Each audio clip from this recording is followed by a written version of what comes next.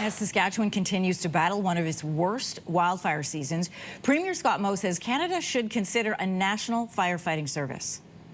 So the process is there, and we do share the resources that we have. And so the question is, should we nationally, as Canadians, add to that resource pool so that all provinces... So more than 10,000 people we know have been forced so far to flee their homes as 18 active wildfires burn across the province.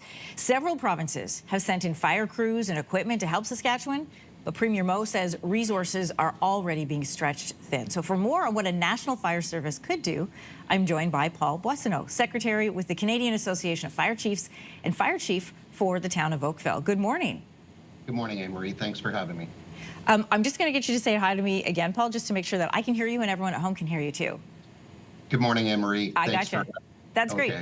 Listen, we've heard this message before, and we've heard it from you. You've been on the show a few times calling for this. And we know the United States, the United Kingdom, and the EU all have a National Firefighting Service. So why doesn't Canada have one? So we've provided a proposal. We've certainly been in contact with all party stripes. The National Fire Administration that we've looked at would basically be that intersection of information policy and resources being spread across nationally, and ensuring that we have the people making the right decisions at the right time and place with the right resources. The National Fire Administration, we would be the only G7 country still without a National Fire Administration, and we have provided government with a turnkey proposal to have the National Fire Administration up and running by the G7 meeting. So we're hopeful that with the new government, with new ministers for the portfolios of emergency preparedness and public safety, that we can gain traction and finally get this off the ground. Listen, I remember speaking to someone with your association before you spoke to Ottawa. I think it was in the fall, and you were putting forward this proposal, and of course, Parliament was prorogued, and then there were delays. You say you can get this up and running by the next G7 meeting. Do you mean the one that's being held here, like June 7th? Yes, absolutely. We have the availability to get the administrative pieces in place in a very, very short time period. We recognize that that is not going to put an immediate stop to the challenges that our friends are facing in the prairies and BC and Northern Ontario.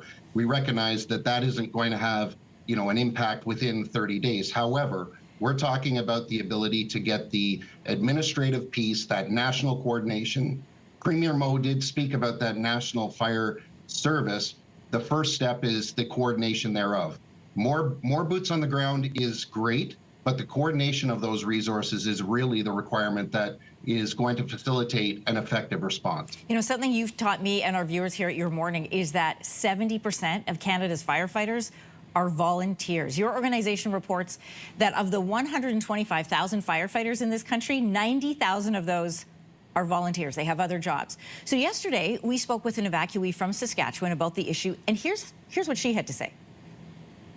These guys are not trained on a wildfire this size. These guys are trained on structures. They're volunteer people. They're teachers. They're rink managers. They are mine workers. They are not equipped, nor should they even be forced to fight something like this.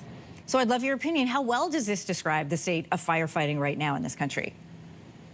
Our situation in firefighting across this country, you are 100% correct. We have a large amount of volunteers, but that is not unlike what takes place in Australia.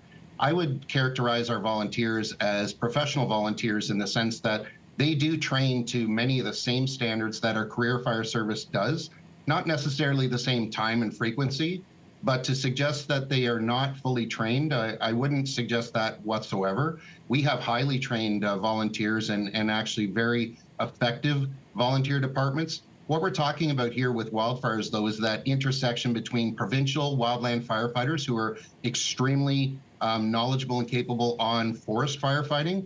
But then when it gets into that wildland urban interface setting, now you're dealing with structures and infrastructure, and that's where many of those volunteers and or career firefighters have expertise with the fighting of those and resourced appropriately to fight those buildings and structures.